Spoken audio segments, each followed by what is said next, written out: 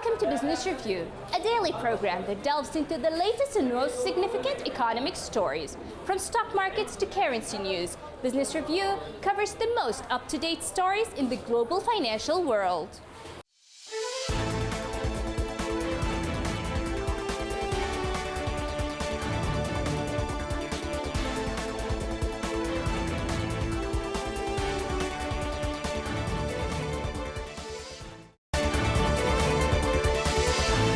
In a report published by trade unions in Gaza on workers' losses due to the coronavirus pandemic, the president of the General Federation of Palestinian Trade Unions estimated the number of affected workers to about 160,000 workers, directly and indirectly, causing them to lose $27 million for the past hours and days of work.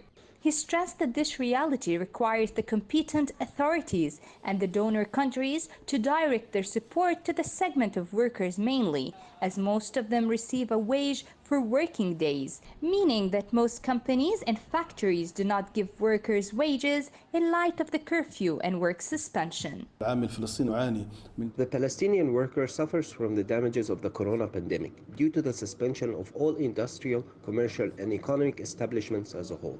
And there is a very large percentage of workers who work on a daily basis. These are among the most affected people. They do not have access to their daily food. This threatens not only a disaster to the Palestinian economy, but a humanitarian disaster that threatens the society. The report reviewed the reality of the losses incurred by the workers sector until this moment, indicating that the industrial sector, the capacity and productivity of factories have decreased dramatically. Currently, only 100 factories out of the 2,000 factories in the Gaza Strip are operating, and before the pandemic, 21,000 workers were employed, most of whom are now unemployed.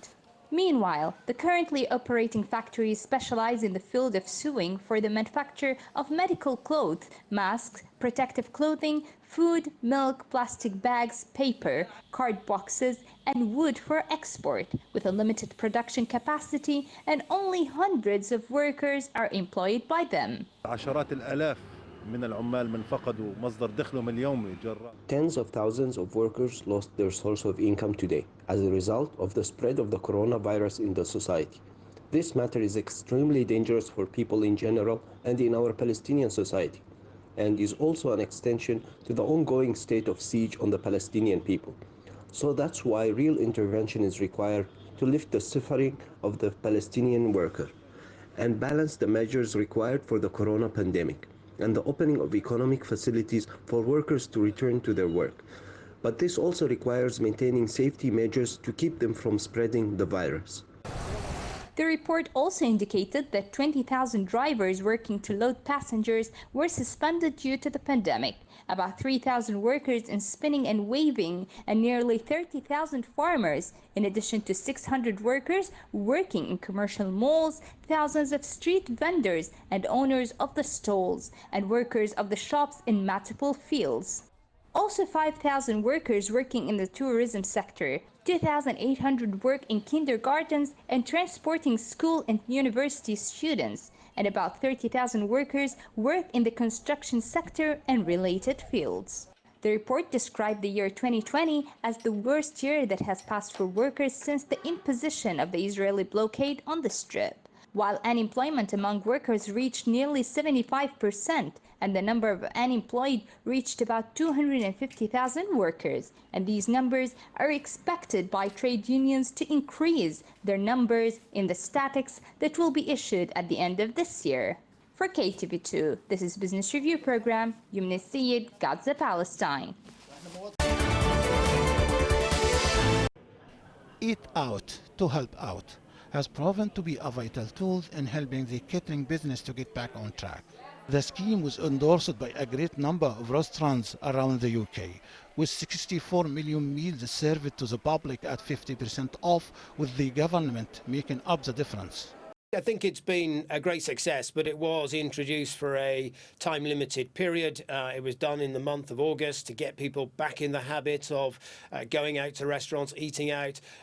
We can do these schemes to kickstart things and get things moving, encourage people to get back to work, encourage people to get out and about again, and albeit by maintaining social distancing and an element of caution, get back to living life as normal as possible. But you can't just keep running these schemes forever. At some point, we do need restaurants and others to, yes, take advantage of that support that's been on offer, but then ultimately to get back in the saddle and start doing business themselves.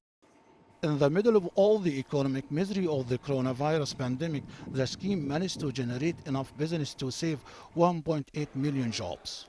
Although the initiative is coming to an end, the hospitality sector is so excited by the scheme that some restaurants opting to continue offering discounted meal to entice people to continue eating out.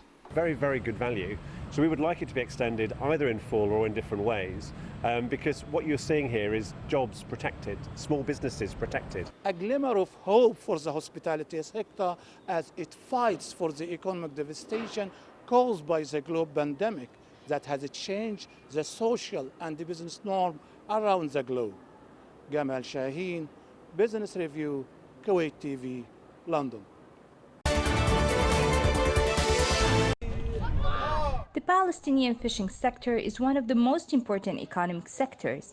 It participates in supporting the Palestinian national product by employing large numbers of fishermen.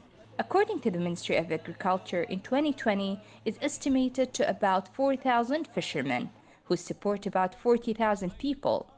While the number of workers in occupations related to fishing, such as making and maintaining boats, preparing nets, making ice for preserving fish, cleaning and selling fish, is about 2,000 others. In addition to its importance in supporting Palestinian food security by providing animal protein from fish. قطاع الصيد يعتبر هو ثاني أهم قطاع إنتاجي بعد الزراعة. The fishing sector is considered the second important productive sector after agriculture because it represents a large workforce inside the sea.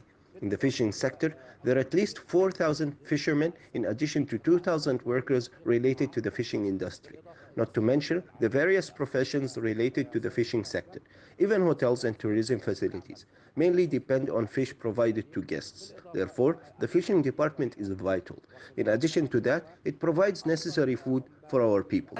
Here, a variety of fish are spread in the markets of the Gaza Strip, including barbouni, mullet, sea bream, sardines, shrimp, and lux. But sardines are the most favorite and most important meal for Gazans. In Gaza, citizens buy fresh fish more than the imported or frozen fish, for it's better and more delicious in taste, although it is slightly higher in price than the imported one. The fish that comes on the market here is popular fish. Its prices range from 10 to 30 shekels mostly, which allows people to buy them easily in the Gaza Strip. As for the more expensive fish, such as bream, sea bream, and others, we export most of them to the West Bank. The most popular fish in our Gazan market and that are in great demand are sardines, mullets, tilapia, sararos, salfa. These are very popular fish.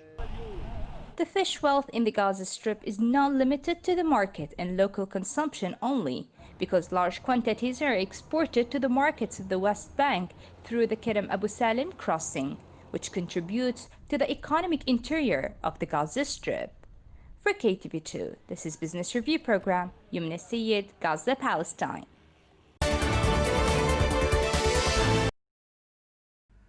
China has expanded the pilot program to spur innovative development in the service trade in 28 cities and regions in pursuing a new approach to economic development. The 2020 China International Fair for Trade in Services, the CIFTIS, kicked off in China's capital, Beijing. Services trade has become the focus of China's opening up. In 2016, it announced 15 areas to carry out the pilot program. In contrast to trade in goods, services trade refers to sale and delivery of non-physical products, such as those in computing, finance, and education. Areas to carry out the pilot program in services trade will roll out more opening up measures in the country. China's services trade hit about $291.7 billion during the first months of 2020. The trade in services has also become a new engine for world economic growth, with the World Trade Organization saying it has expanded faster than the trade in goods. And the WTO also expected services trade to reach a third of the world's trade value by 2040.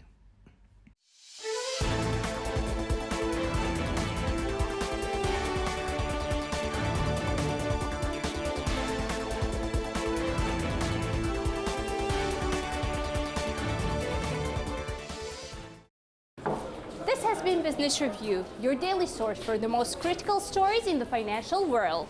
Tune in next time for the latest financial news impacting the world economy.